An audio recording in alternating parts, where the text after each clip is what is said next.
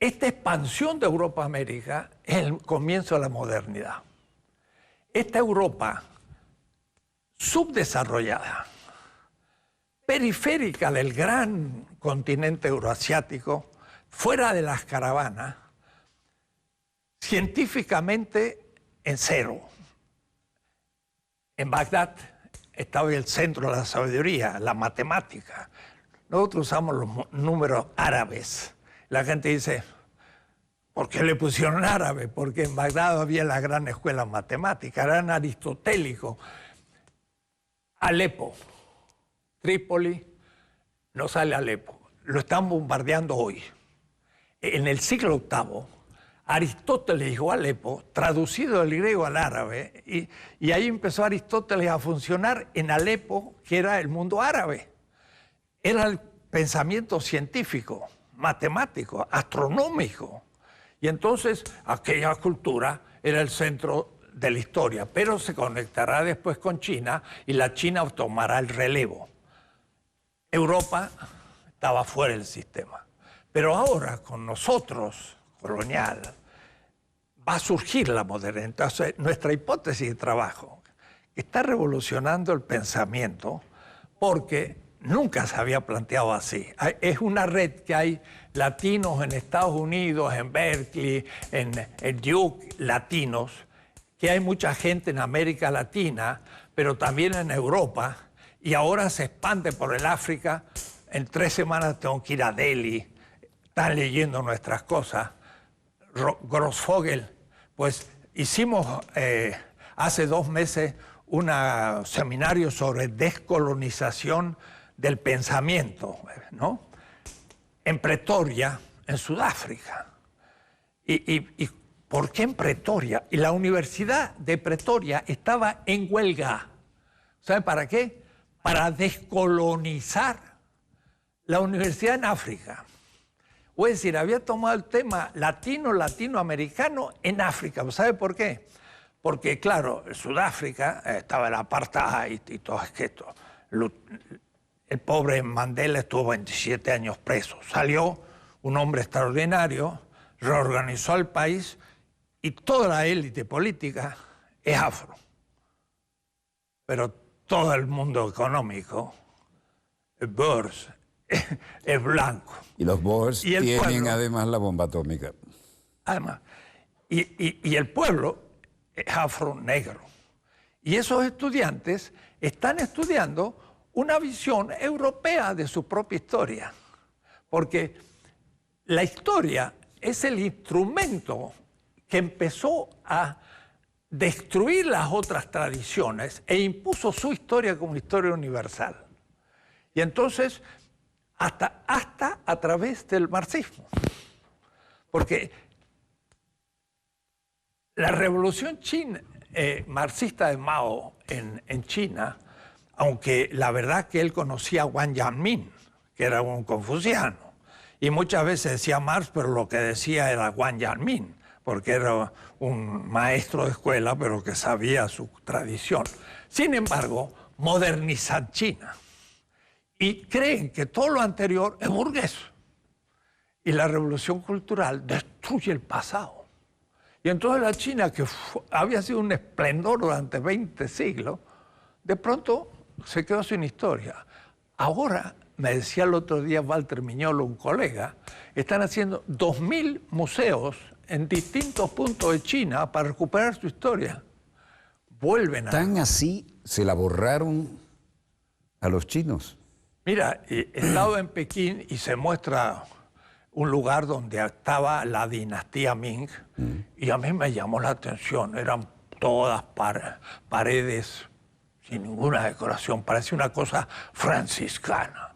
Digo, uy, qué ascéticos que eran estos. Dice, no, lo que pasa es que la revolución cultural quemó todo. Y si no lo quemaron, lo descartaron como cosa perimida.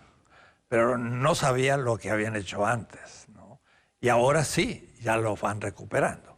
Pero entonces, el tema es que durante 3 siglos, España primero, pero después pasó hacia el norte, usufructó América Latina. Pero el África y el Asia tenía unos puntos en Angola, en Mozambique, pero no había hecho la conquista territorial. Eso lo va a hacer en África al fin del siglo XIX. Y la India, por ejemplo, va a ser ocupada en 1780, que es decir, que prácticamente 18. Y es con la revolución industrial. Porque el África y el Asia tenía caballos y tenía armas de hierro. Nuestros indígenas no tenían caballos ni armas de hierro. Y los tenían españoles... cascos. Tenían cascos. Ah, claro, tenían la misma... No, lo que manejaban el hierro. Digo. Ese era un fenómeno en el campo de batalla. Claro, total. Los hoplitas entre los griegos, pero también ellos, por supuesto. Y entonces, no pudieron hacer las colonias hasta la revolución industrial. Ahí sí le ganaron, pues tenían armas ahora de fuego y empezaron a tener barcos de otro tipo, y entonces ocuparon el África y Asia. ¿Y el papel del Imperio Británico ahí? Fundamental, porque aquí lo que llamamos nosotros la diferencia imperial va a pasar de Portugal y España a Flandes. Porque los holandeses van a tomar parte del Brasil, van a tomar las colonias de Angola, van a llegar hasta Japón. Entonces, los holandeses... Y alguna islita en el Caribe también. Bueno, tenemos Curazao, 3 enfrente. Curazao y demás. Bonaire, Aruba, Curazao. Claro, y ahí es interesante. Ahí, por ejemplo, en Curazao hay un Wall Street, y había judíos. Pero eran los judíos expulsados por los reyes católicos de España, que se fueron a Portugal, se fueron a Flandes, y están en Curazao. Y esos mismos se fueron a Nueva, diríamos, Holanda, y fundaron Nueva Ámsterdam. Pero cuando los ingleses vencieron a los holandeses, se transformó en New England y en New York. Entonces los judíos de New York, que era Nueva Ámsterdam, vienen de España, eran sefarditas y son más antiguos que los anglos.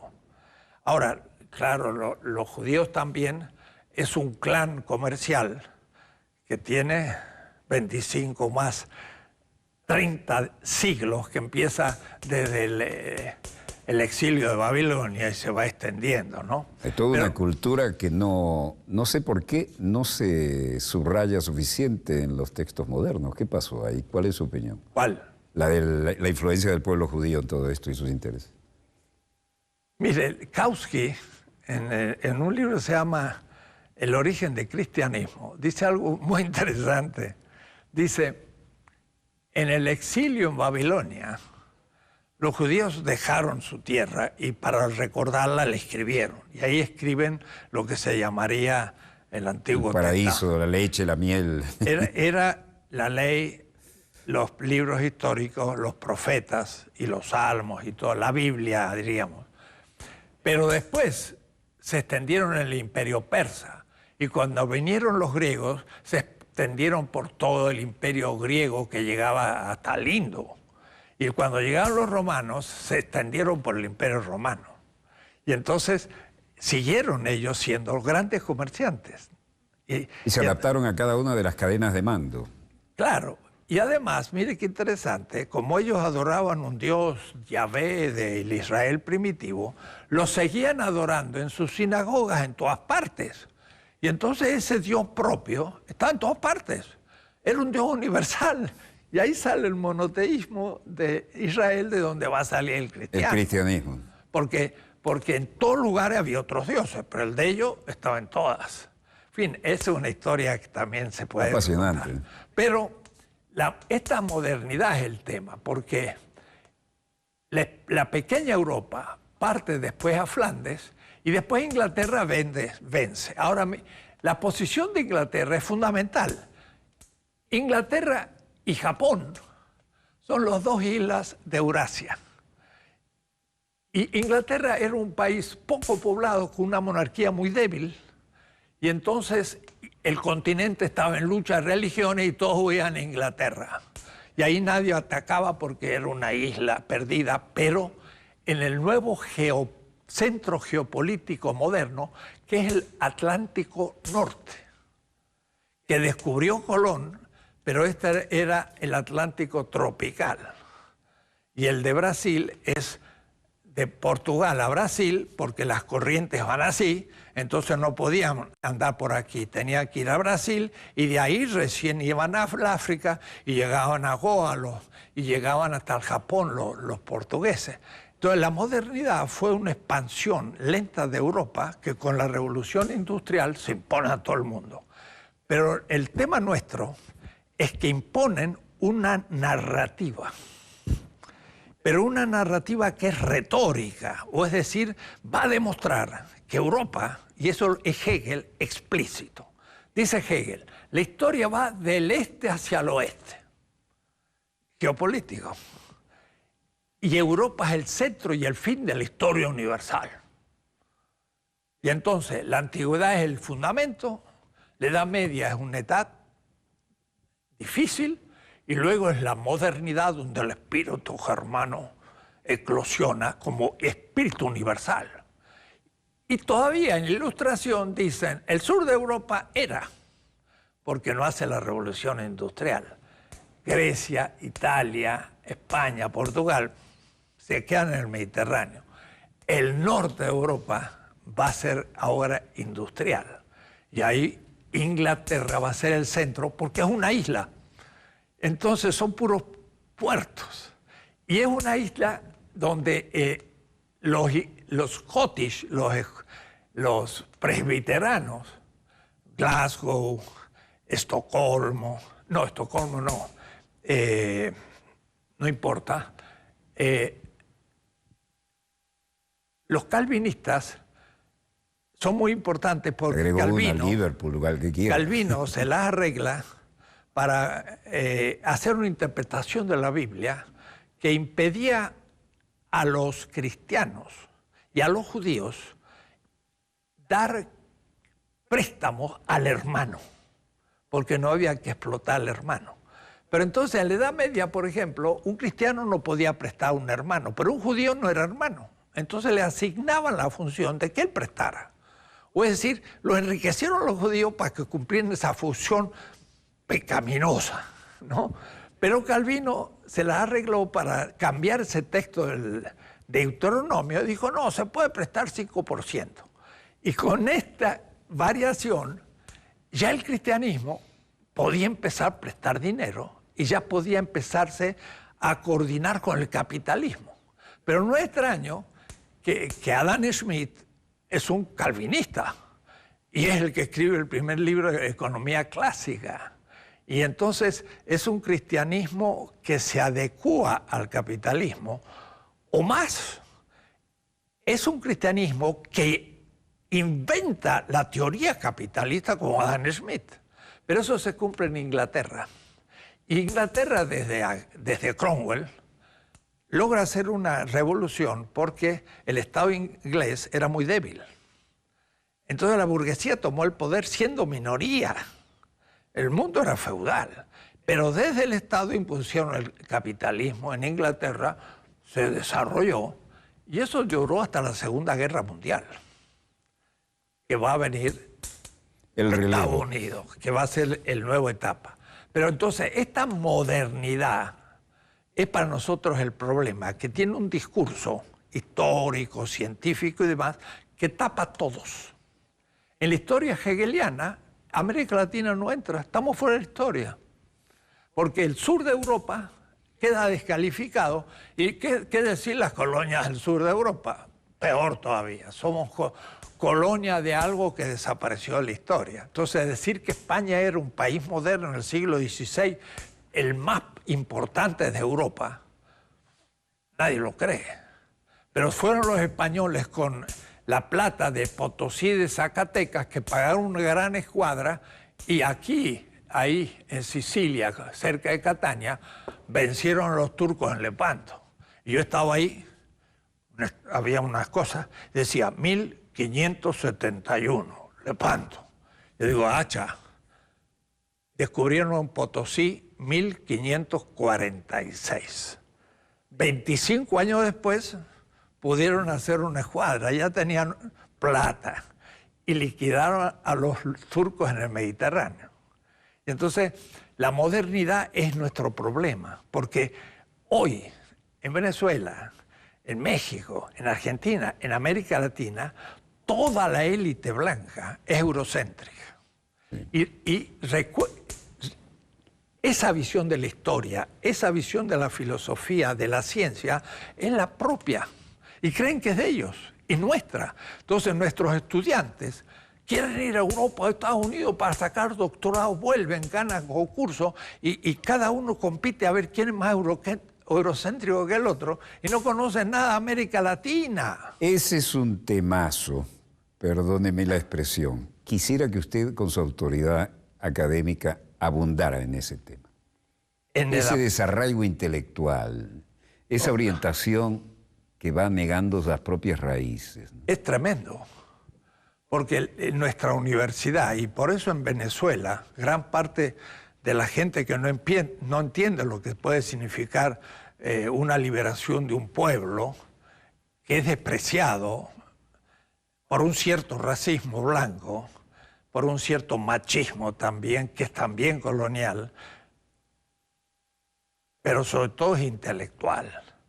Porque nosotros hoy damos becas para ir a Europa. Estudian allá, sacan un doctorado, vuelven y hacen un concurso, ganan el concurso y van a enseñar lo que aprendieron, van a enseñar lo que dice Kant. Pero Kant vivió en Königsberg, aquí se llama Kaliningrado, que era parte de Lituania y ahora es Rusia.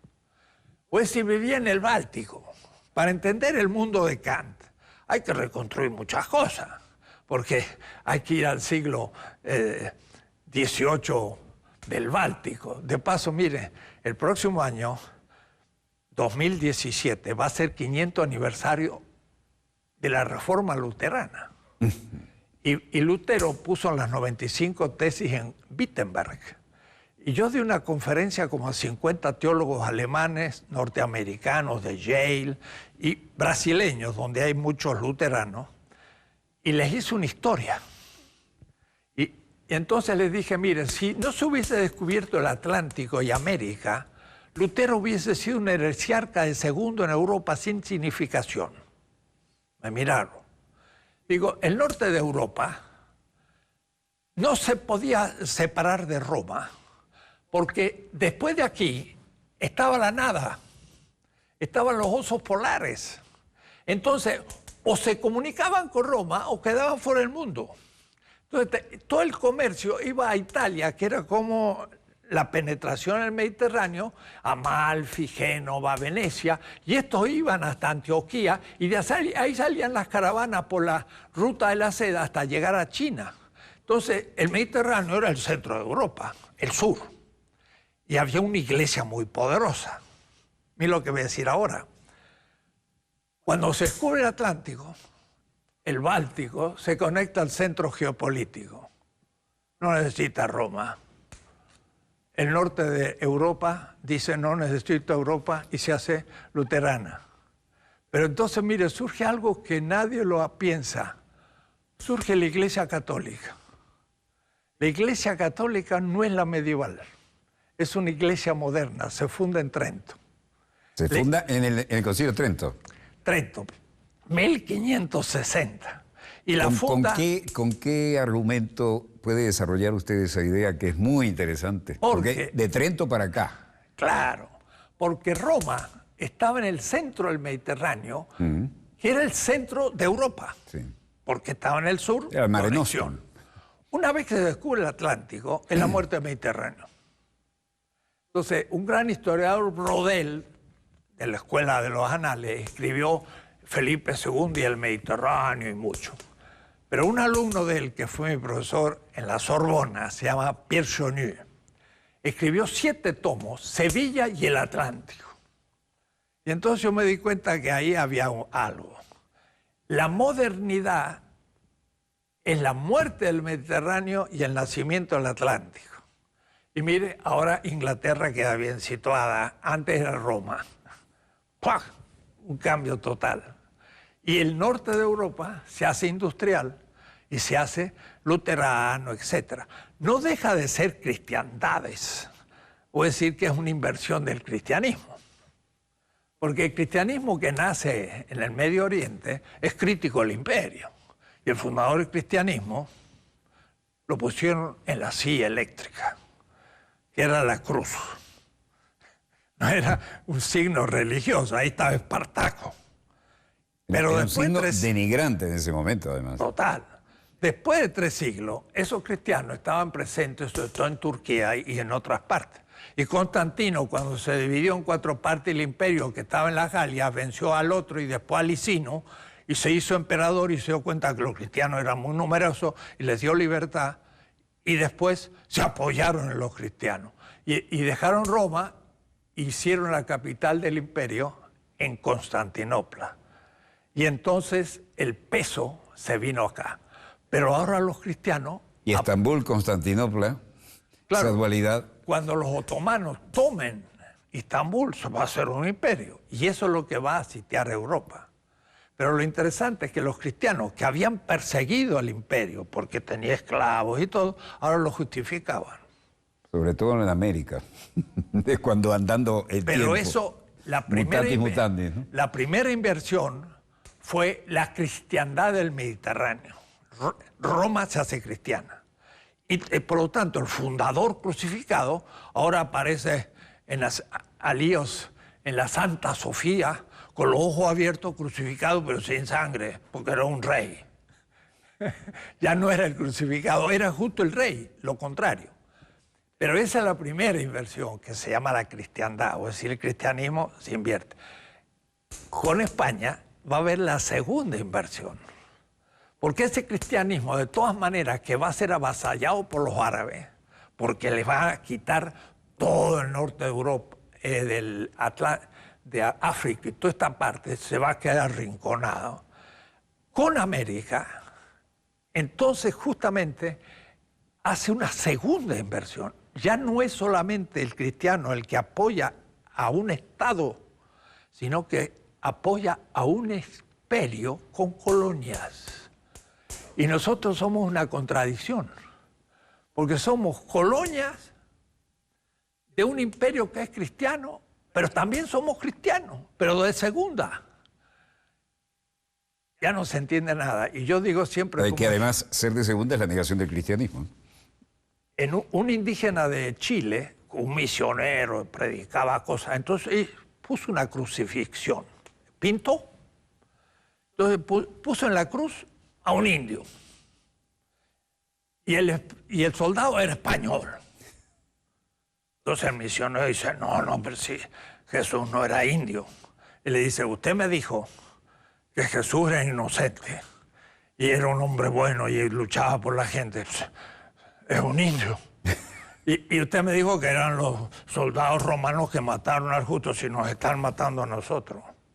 O es decir, ese entendió el cristianismo, pero tenía entonces que invertir la cosa de nuevo. Extrapoló perfecto. Claro, bueno, pero entonces, para nosotros el tema es descolonizar la interpretación de la historia y de la filosofía, por ejemplo. Porque Hegel, en 1818 al 31, cuando es profesor en Berlín, hace una visión de Europa y una visión de la filosofía, que es el primero, en que Europa queda como centro y fin de la historia. Y eso se lo cree todo el mundo, y aún aquellos que están en contra de Europa, cuya aspiración es llegar a ser como Europa para vencer a Europa. La misma Unión Soviética, el zarismo, era una Europa periférica, cuyo ideal era superar a Europa. Y muchas veces los líderes de la Unión Soviética decían, vamos a superar a Europa. Ese era el ideal. Pues entonces quiere decir que ya habían asimilado a la modernidad y eran modernos porque estaban funcionando según ese mito de la modernidad. Bueno, llegaron hasta la mitad de Berlín, ¿no? Claro. Entonces, es un tema novedosísimo. Sí, señor. Y que interesa a todo el mundo, porque todos fueron negados en su historia y sufrieron un colonialismo. La China no fue colonia militar, y sí en parte, porque tuvo Japón y tuvo Francia y tuvo también, pero era inmenso y resistió. Pero sí fue colonizado epistemológicamente, es decir, científica, universitariamente.